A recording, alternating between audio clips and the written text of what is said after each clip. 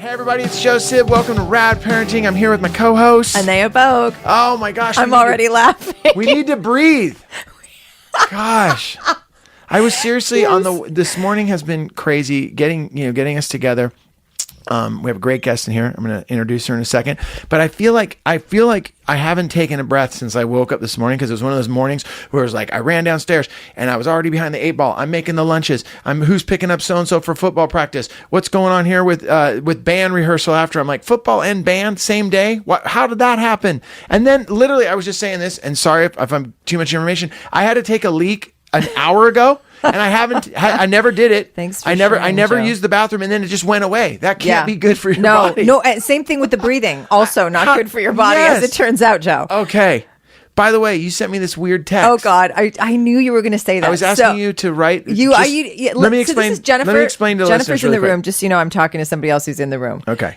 We have this thing where when we do these podcasts, Joe always defers to me to like put together the little blurb, and I happen to do so usually with not a big amount of effort. So it's a nice thing for me to do. She's a great writer.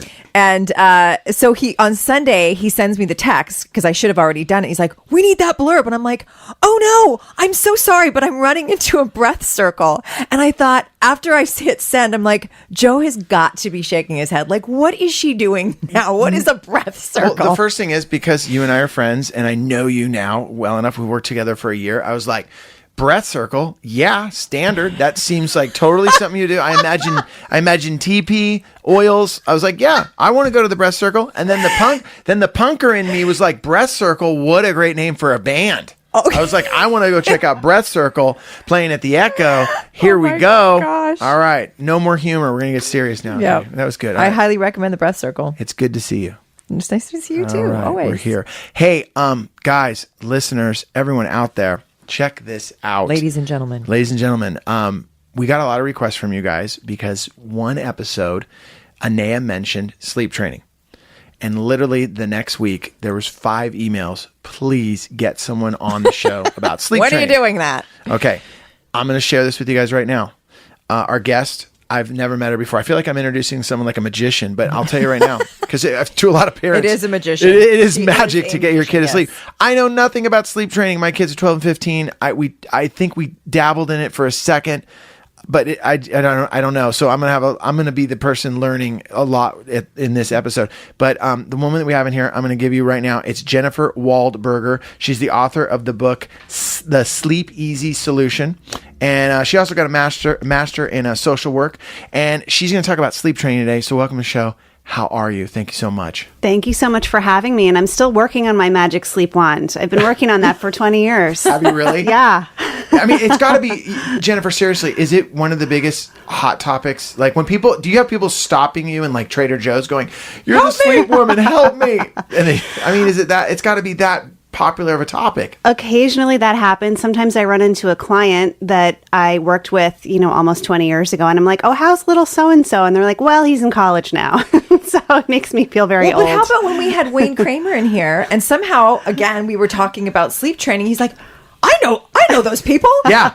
We told Wayne Kramer that you were going to be on the show, and he knew exactly who you were, had the book. And they had done the sleep training when their little boy was just a few months old, and now he's 3. And there was something that had gone down, like a surgery or something for one of the parents that had thrown off. He's like, "Oh no, it's not good. We have to get back to the sleep training." No, it is the perennial hot topic. Yeah, and let's just go right back to the beginning. Just start with sleep training. What is it? How to? Let me. Why don't I launch this, because this is really how we got here. As everybody knows who listens to our show regularly, there's a large gap between my 2 daughters. So my oldest daughter currently is 20. My youngest just turned 8. So when I had my second child, after 12 years of not doing like babies who are up whenever the heck they want to be up, and my biggest thing was, what have I done? Like, what was I thinking putting myself through this again? And I honestly can't remember like how the whole, like that whole notion of sleep training, somebody put it on my radar. And I remember picking up the book and just reading, I don't know if it was the introduction or it was the first few pages of the chapter.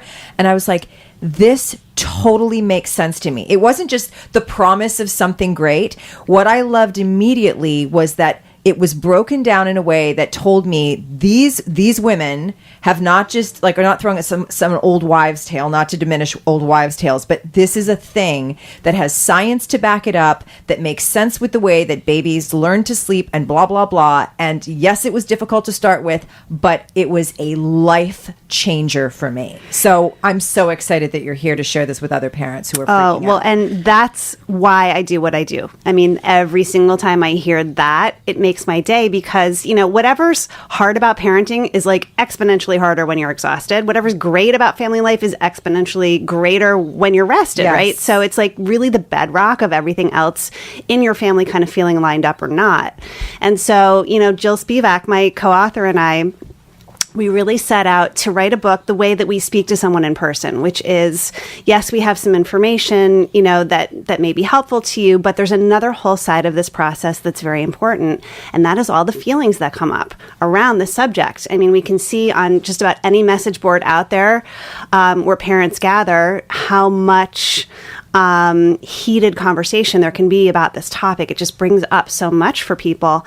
And so we really wanted to have a way to move through this process in a way that really looks at that individual child, that individual family. Every family is different. Every family has a different kind of way they want to come to the table in this process. And it's all okay. There's room for all of it. And so we really want to heart connect with the families that we're working with and allow them to heart connect with their kids while they're learning, and, you know, really creating the right weather conditions for them to learn the skills they need while staying attached and protecting the relationship. And there's absolutely ways to do that. And I think to your point, there's always going to be every child is different in the same way that we've talked about, you know, looking at different educational options for your child. You could have, you know, Joe has 2 kids that have radically different educational needs. Mine will probably be very much the same. And I think to your point, this is an option that is you want parents to know about, so that if it's suitable to the way that they want to parent and their individual child, it's an option that's there for them. Well, we were very careful in the book. Like there's a sort of a way that we typically move through the process that tends to work well for most. But there's a whole chapter on, well, what if we've been sharing a bed for a couple of years? What if we don't want to do it exactly that way? Are there modifications? And so, yes, you know, like hopefully, I think the sort of downside of living in a time when we have access to the internet and so much information is the deluge we all feel, right? And so it's you really mean all the different, like the myriad of different messages, because it's like, which one, where do I go? There's almost too much information to your head spins, because this expert says this and that expert says that, and like, well, who's right and how do I, you know, who do I believe, kind of. So the bad news is, yes, there's too much information. The good news, I think, about that is the onus now is on each parent and family to kind of go, what resonates for me, right, and what feels right to me. And so I love hearing, you know, that somehow that happened when you were reading the book, because we're speaking, you know, woman to woman, family to family. My business partner, Jill, the whole reason our company, Sleepy Planet, was even created is because her then 8-month-old was a horrible sleeper, you know, so this is all like road tested from the inside out. Okay, so let's dive in. Yeah, right? I was just going to say, I want to dive right in with when I hear sleep training. It's I'll be honest, it sounded militant. Sounded a little gnarly. You will sleep. Yeah, it sounded a little gnarly. It sounded like my parents did sleep training. Yeah, good night. Shut the door. There's the training. Let's start with just that concept. I want to, for our listeners out there that have the newborn, and they're like, because they're going to see this in the title and read Anea's blurb and be like, honey, we're listening to this, or partner, we're listening to this right now.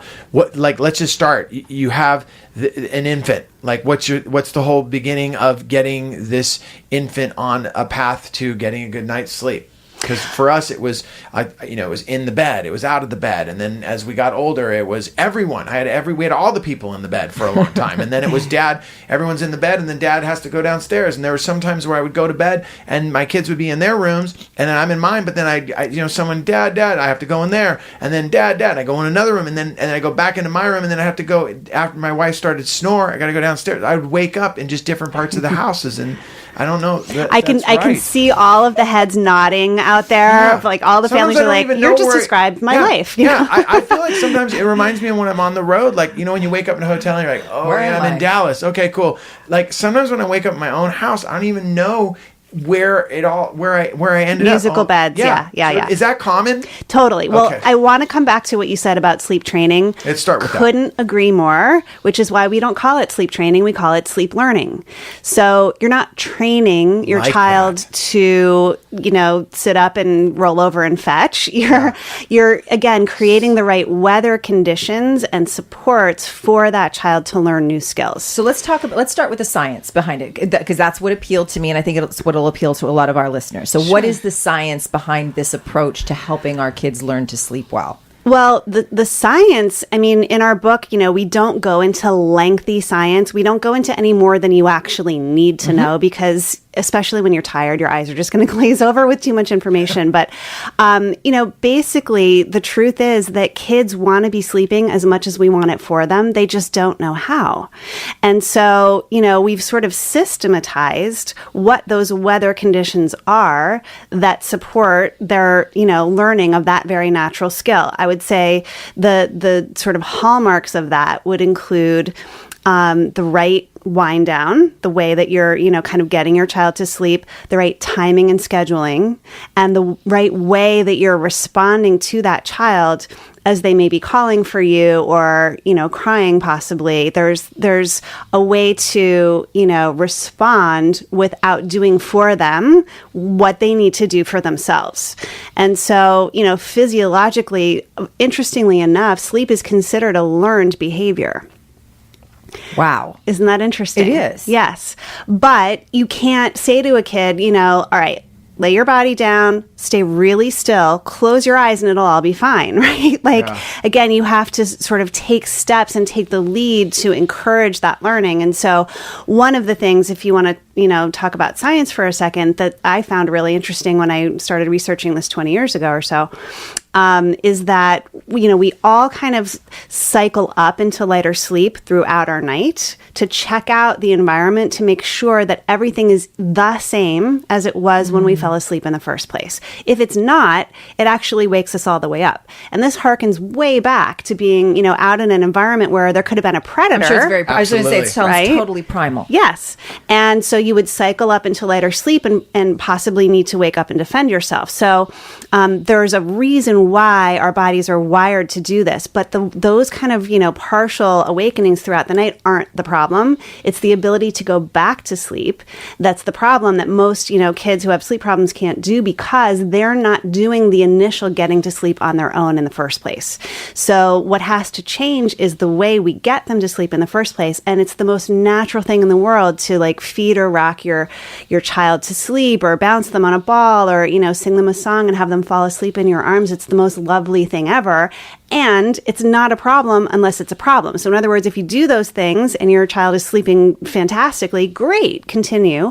If not, then what needs to change is, rather than getting them all the way to sleep or lying your body next to an older child until they fall asleep, you've got to, peel back that support gently and slowly so that they're actually doing it. Because if the last thing your child knows is, oh, my mommy or daddy's right here, good night, and then they wake up 3 hours later and something has changed, bing, bing, bing, big red flag. So right there, that's what I'm talking about. These that is so practical to me. It's so straightforward, right? So what we're saying, so that I know that I've understood this correctly, and then I want to talk about the cortisol piece, because that's really when I think about the science. Yes. So what you're saying is, because we are wired probably primally to move into lighter levels of sleep as we move into the night, if the conditions that we fell asleep in have changed by the middle of the night when we start to move into that lighter sleep, we're going to wake up, notice there's a difference, and then this adrenaline rush or whatever is going to happen, because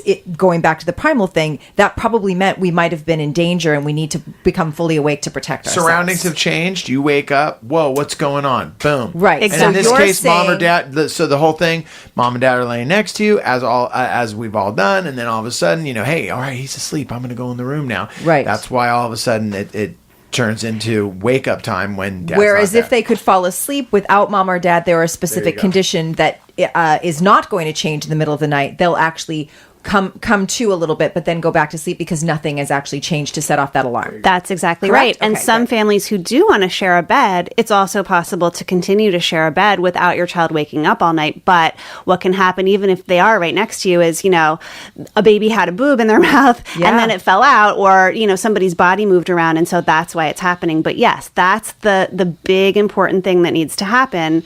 And for a child who's, say, 9 months and above, it can actually feed into separation anxiety because my mommy or daddy can disappear on me. So what's going to happen? That child's going to become more hypervigilant about your whereabouts. Yeah. So it kind of, And I goes love how across you the are board. breaking it down right now. Like, seriously, anyone listening to the show, that you're already just sharing so much knowledge for a parent out there, because it makes so much sense. I never even thought of that. Yes. And I think this is, hearing you say that now, I'm like, oh, of course, like this, anybody who listens to the show regularly knows, because I parent from this place of our goal is to help our children not be dependent upon us in that way that will restrict or limit their ability to be full human beings in their own right. Yes. That includes, like, I don't want my child to be terrified if I'm not laying beside her at night. I want her to be able to sleep by herself. Yeah. And it really, our, success story, we did this with her at 5 months.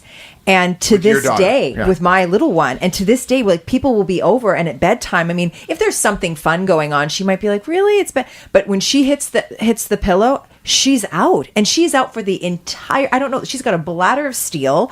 It's just she's out until in the morning. So we're talking at least 10 hours straight, and I think that has a lot to do with her disposition and the way that she functions during the day and all of that. So. Let's talk about the cortisol. Okay. That piece, because I think a lot of people are just completely unaware. Yeah. And, what a gift you've given your child, of that good sleep nutrition from the beginning. That's amazing. But so cortisol is a stress hormone our bodies produce when we're overtired. With sleep, that's going to present in one of three possible ways. Either it's going to take you longer to settle into sleep, or you're going to wake up more in that sleep period, and or you're going to wake up too early from that sleep period. So a lot of the questions that I get from parents are, my child's waking at 5 o'clock in the morning, or they're waking too early, or they're taking short naps. Almost always the big culprit there is an overtired child at bedtime. So they went to bed too late for their age, or they didn't have good naps the day before if they are napping, and they got overtired. So there's all kinds of reasons that kids can get overtired. So if memory serves, and this is how deeply it imprinted me, because just so everybody knows, I have loaned my copy to somebody else, and I did not pick up the book again in preparation for this interview, which I was a little freaked out about. What I seem to remember is that if you don't hit that ideal time for bedtime, so let's just say that our kid is naturally, they've been up for enough hours for their age that it's like, 7 o'clock, 7:30, and they're naturally getting tired and starting to wind down.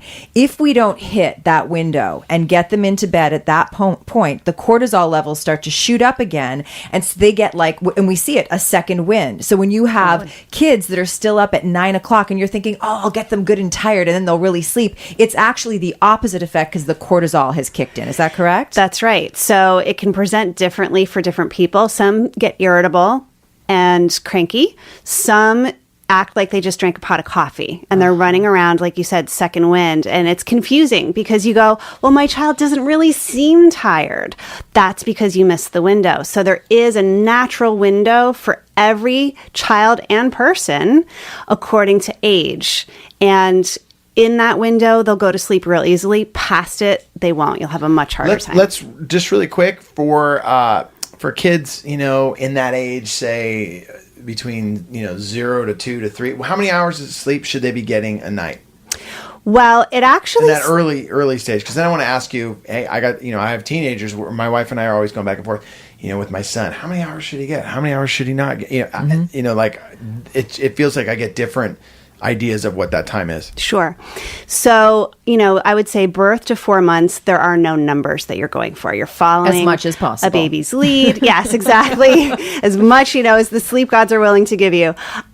So, you let them sleep when they want to sleep and let them be up when they want to be up. After 4 months, between, say, 4 months and, almost 5, it's 10 and a half to 12 hours a night for almost every child. But this is one thing, I definitely appreciate parents who've done their homework and, kind of know this information and everything. But you want to also always take the information from the quote unquote experts and apply it to your own situation. So the ultimate answer to the question, is my child getting the right amount of night sleep, is how do they wake up in the morning? Are they rested, refreshed, energized, raring to go, or slow to start, or, kind of start strong and then crash? And how do they make it between one sleep period and the next? Does a younger child make it to their nap without big, huge, mood swings and meltdowns? Or does an older child make it throughout their day without having a big drop off, later in the afternoon or something like that? So even if you have an outlier, I would say the more typical norm is probably 11 to 12 hours. But if you have a child who regularly gets 10 and a half, wakes bright-eyed, bushy-tailed, so happy, tons of energy, makes it till their naps well, and has a decent day, you're okay. It's actually enough for them. Do you ever feel that you do not have enough time in the day to do what you're supposed to get done? You're going to work, you're maybe trying to hit the gym, but you forgot that, I got to pick so-and-so up from daycare. I got to get my dad over to his doctor's appointment. I wanted to pick up the house before I left. Wow, check it out. How am I going to get everything done? Well, I'm going to tell you right now, go to care.com. Care.com. Care.com is the world's largest digital marketplace for finding and managing family care. That is right. Family care needs can be unpredictable. You got sick kids. You need someone to stay home. Man, both parents are out there trying to make a living. Your kids get sick. Who's going to stay home? Who's going to miss out on that cash? Now you go to care.com and they'll have someone for you that can look after your kids. Don't stress your life away. Seriously, most working parents worry about their kids every minute of the day. You're more at ease and more focused when you know your kids or your parents or even your pets are well cared for. Best part is this, care.com provides access to a variety of background check options you can purchase to help make sure that you're making the best hiring decision. That's my favorite part right there. They're letting you know there's a million different things for you to check out on the background check options so you know who's going to be there with your kids or with your parents, or with your pet, taking care of the situation. Care.com. Check it out now. If you go to care.com right now, you ready for this? To save 30% off care.com premium membership, visit care.com/rad parenting when you subscribe, and you're going to get 30% off. Like I said, the world's moving a million miles an hour. You just want to take care of your kids and all the responsibilities. Let care.com help. So, go ahead. Sorry, and then for someone that's older? So, like how old? Yeah, I'm going to say I have... Do Nate. I'm going to do 12, and then I'm going to do my daughter who's 15. Okay. So a 12-year-old is certainly, as we age, it drops off, obviously. So we need a little bit less. And again, it varies kid by kid. But I would say on average, a 12-year-old is probably looking at, on average, 9 to 10. And then, a teenager, you kind of can't wake them up, right? So the entire circadian rhythm changes in teenagerhood, where they Define actually... circadian rhythm, Okay, please. so your circadian rhythm is your body's own natural sort of biorhythm in terms of how much sleep you need, how much food you need, things like this. And so, lots of research has shown that sleep changes dramatically for teenagers, and they need a whole lot more of it. They also, a lot of them want to stay up later at night and aren't morning people. So there are actually high schools where they have changed the schedule for the teenagers so that they can come in later, because they realized that they were forcing kids to do something that wasn't natural for them. Yeah. And they're not doing anything worthwhile. That's right. Yeah, it makes so much sense because my daughter, I'll be going to bed so many times 10, 10:30, 11, and she's just like, "What's up?" Yeah, hey. but I have a question about that too because I have met so many. Like I would describe myself as a morning person. I tend to be like Mary Poppins in the morning, psyched for a new day, and I know other people who are like, F that. Like I'm all about, being up and the nighttime. But you know what I mean? I do know people that'll say, for my entire life, it was always hard in the morning and I was much more alert in the evening. So where does that fit into all this? Again, that's the individual variation, right? Okay. So some kids have a natural body clock. My sister's the same way. She's always been this person her entire life. She wants to go to bed early and she wants to get up early. I have gone through phases myself when I can remember being a teenager and being like, my creativity is coming alive at night, and I would stay up till God knows, all hours and then die in the morning. And I think today we have other things distracting kids from sleep, their technology, which, I certainly didn't have when I was that age and stuff. But yes, and some people have always been night owls and really do come alive in those later hours. Like I remember even into my 20s, like that's when I would clean my house. I just had the energy to do it. Right. And then in the daytime, not so much. So yeah, there's a lot of individual variation there. Okay, so there is room, as always, as parents, this is a starting place, and then you have to go there, determine what's going to work best with your individual child. Okay, so for our listeners, because we're sort of doing broad strokes here, what does it look like to take your child through? I know what it looks like from my own experience, and it was not easy to begin with. So let's just talk through, so I think the earliest you can do it is 4 or 5 months, right? Yeah, so I want to make that decision with a family and with the pediatrician's input. It really depends on, was the child born on time? How are they presenting developmentally? Do I have a sense that the cognitive awareness is really coming online? Because that cognitive awareness is absolutely critical for them to be able to do the learning and to remember from one day to the next what they did the day before. How's their weight? How's mom's milk supply if she's breastfeeding? There's a lot of factors that go into that decision. So 4 to 6 months is sort of a case by case.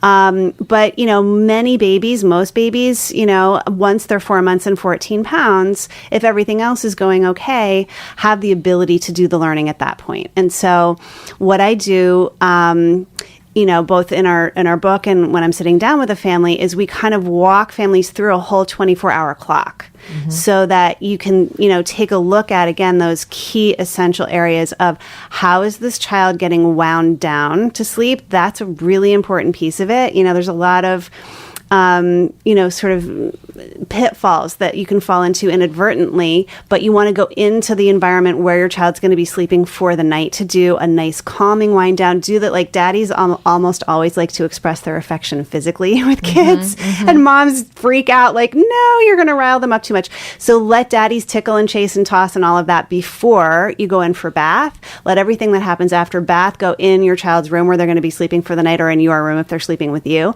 and kind of shift gears and start to slow down. And you can do a predictable series of things like, a book, a song, some quiet play on the floor, things like this. Okay, I got Joseph has his hand up.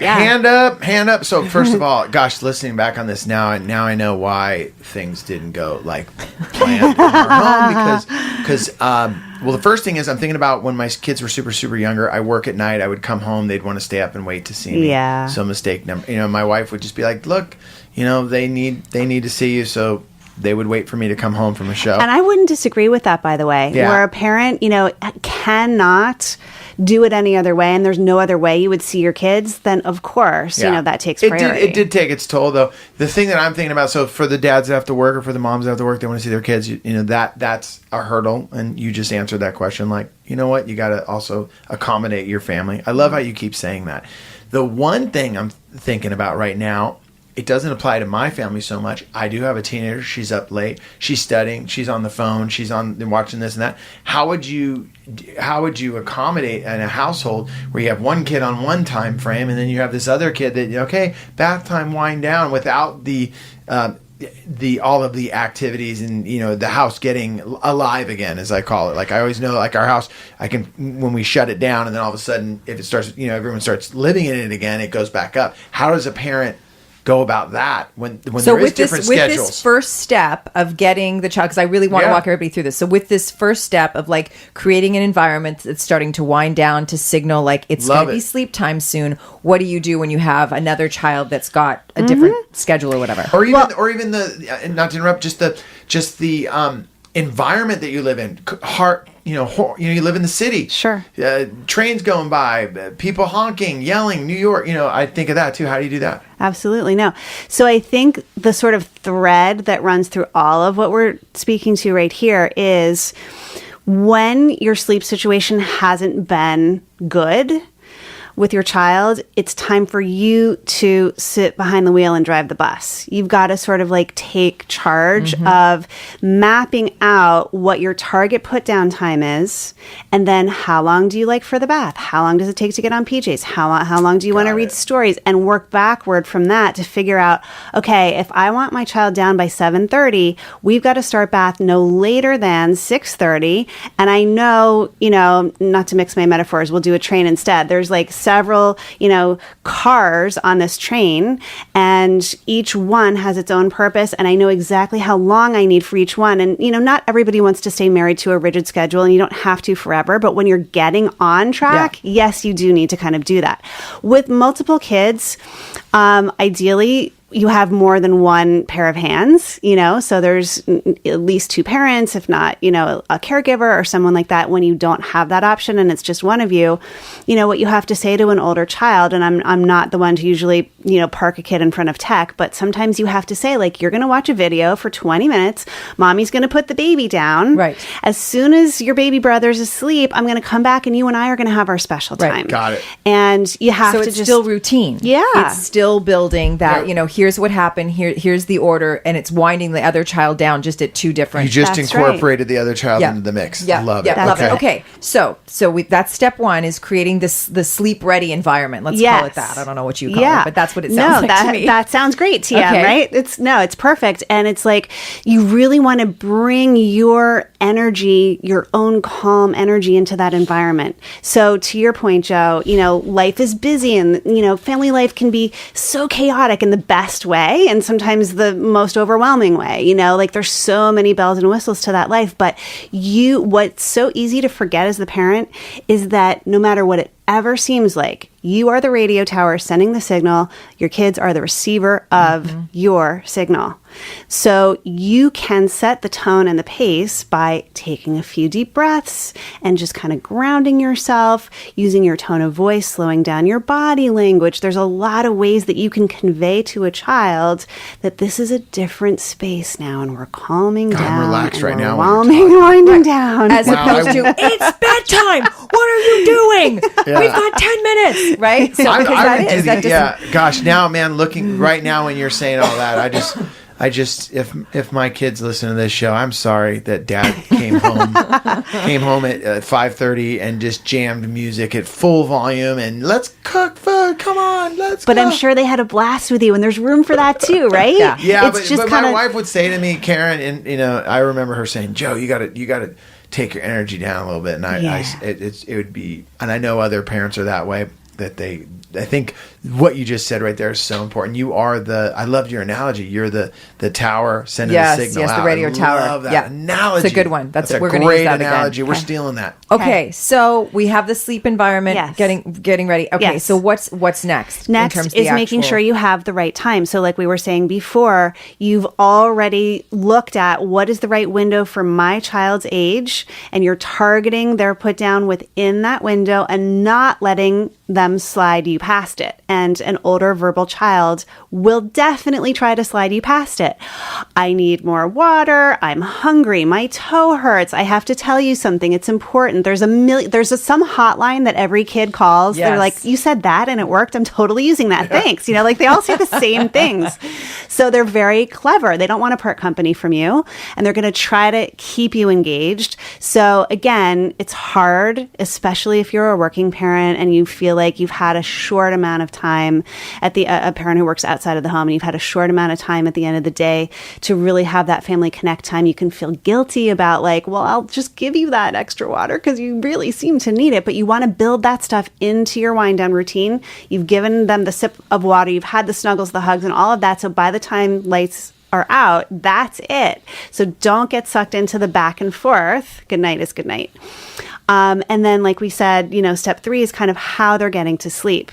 So if you have been rocking or holding or feeding your child to sleep or lying next to them while they fall asleep, and your child is waking up multiple times in the night, you're going to have to change that.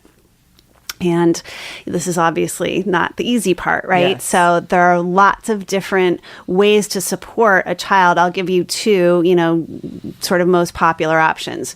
One would be that you would then, kind of say to that child, even a baby, honey, we're going to do things a little bit differently. Mommy or daddy's going to put you down awake instead. You're going to learn how to sleep. And you leave the room for a few minutes only. And you come back and you check in and you bring your love and support back. Mommy's here. You're not alone, honey. You're picking them up, without taking them out of their bed. Usually. Right? So I'm going to give you option 2, which actually does include some of that because, again, everybody's different and everybody's comfort level is different. But in this first option, you wouldn't touch. You would just use your love and your presence to communicate verbally that you're there and you haven't forgotten. You come out, you go in a few minutes later. So it's that kind of thing for a few nights. In option 2, which I offer to families that just say, no way, I can't do that, then you actually would park your butt on the floor or possibly in a chair and stay closer by. And in this option, you can actually, kind of think of it as like a 10 scale. If it's a 1 to 4 in terms of intensity, you might just talk. If it's 4 to 7, you would actually give a hug or pat or touch. And it being crying. That's right. And if 7 and above, maybe you do pick up and put down for a second. Neither one's good or bad or right or wrong. Here's what you're weighing. My tolerance for crying on the one hand, time on the other. As my tolerance for my child's upset goes down, time goes up. So time for what? Time it's going to take that child to learn what they need to learn. So again, no right or wrong, no good or bad, but just know that if you have a very low tolerance for your child's upset and you feel like you want to stay closer by and be more hands-on, it might take you 2 or 3 weeks to actually get all the way there. On the other hand, if you can sort of say to yourself, and I've never met the parent who says like, yeah, I can't wait for my child to, be upset. And it's the hardest part. It's not about, I hate this term, cry it out. That is not the point. You're not like plunking your child in the crib and saying, too bad, baby, you're going to cry it out now and put yourself to sleep. It's not that at all. It's like, the analogy I always think of with little ones is if your child was in their car seat, in the back seat, freaking out and fussing, as many do, and you had to go somewhere, do you say to that baby, oh, baby, you don't like your car seat, then come sit on mommy or daddy's lap? No. Why? It's not. Because there's a bigger picture. Yes, there's a safety issue. That's right. And so you have to be willing as a parent sometimes to say, I love you enough to hold the projection of your unhappiness toward me in this moment right now as I'm making this very important decision in your best interest. So leaving the room for a few minutes only, not forever, is like saying to your child, I love you enough to hold the projection of your unhappiness toward me for a few minutes while you learn this very important new skill. I'm coming back to help you though. Okay, so this is like the third time I brought this up. I can't even remember where this little gem crossed my path just about a week ago. But you saying this is making me think of it again. And wherever I saw this, what the person said was, I am more interested in helping you feel brave than making you feel safe. And I think, oh my gosh, yes, because if her safety, her sense of safety is dependent upon me being there, the fact is, for any parent listening, you cannot be with your child 24/7. I would rather her learn to, and this is exactly what happened, for her to develop those internal bravery muscles so that she knows that she can be okay without me there, because that's the reality. Absolutely. And obviously the capacity to internalize mommy and daddy depends on a child's age. So as an infant or a baby, it's very different than it is at 3 and 5 and 7 and 9 and as they grow and stuff like that. So I couldn't agree more with what you're saying. And, I think when you have a loving, healthy, secure bond with your child at any age, and that is the foundation of your relationship, there's no way a child is going to be harmed by a few minutes of you leaving the room for a few nights. And I will just say to everybody listening, in almost 20 years of doing this and literally tens of thousands of families, never once have I heard the feedback of like, oh my gosh, my child's attachment is different, or uh-oh, their personality changed. Like, I would be horrified if I heard that. Like, who would I be to sit with parent families and say like, it's going to be okay? I never hear that feedback. I hear the opposite. Families thrive. And and I can attest to that, like 100%. And I can tell you, because I've said this many times to other people, it took us following to the letter of the way it was described. We did option number 1, where it was like coming into the room, reassuring her, we didn't pick her up. And we would leave again. She was sleeping through the night at the age of 4 or 5 months. Yeah. Within 6 days. Amazing. Of doing this. Yeah. It was Wow. life-changing to your point at the beginning, right there. That's because proof. then Yeah, I was there you go. sleeping. And all these years later, do you see any detrimental side effect in your relationship? Zero. I mean, it's amazing. And she gets up and she's happy. Like most days, she's happy and she's well slept. And like I said, it's just not a big deal. We have such a routine, and she just knows. Like, she'll say, "I just love my bed so much, Mama. Like, it's just so comfy." And so she's had a positive experience. And I'm a big advocate for. There's a variety of things when you take away the soother. I think that there are key windows, and so I'll preface what I'm going to say by saying it's never too late, but I really believe that this, like many things, getting it before, like sort of pre-verbal, if you will, I can't imagine how much more difficult it would have been, not impossible, but had she been 2 or 3 and personality and voice and able to manipulate me in a different way. I can tell you right now, just by the way Jennifer described the whole leading up to sleep, like as an adult, I was like, I want to start doing sleep learning right now, like for myself personally. Like, that was a great setup. I love the fact that you disregard the sleep training. I love the term sleep learning. That's amazing. I also wrote down good night is good night. I love that. I think I just want to say that to a lot of people in my life. Good night is good night. That's something I'm going to say. That was just that when you said that, it makes sense, because it really is allowing you to give your children this great gift that they learn how to sleep. Because as we all know, the number one cause, to so many diseases is sleep. It causes heart problems, sleep deprivation. All of us are going a million miles an hour, and then also inflammation. But sleep is one of the number one causes that people are getting sick in the world that we live in, because we're just jamming around. So to take care of this early on is amazing.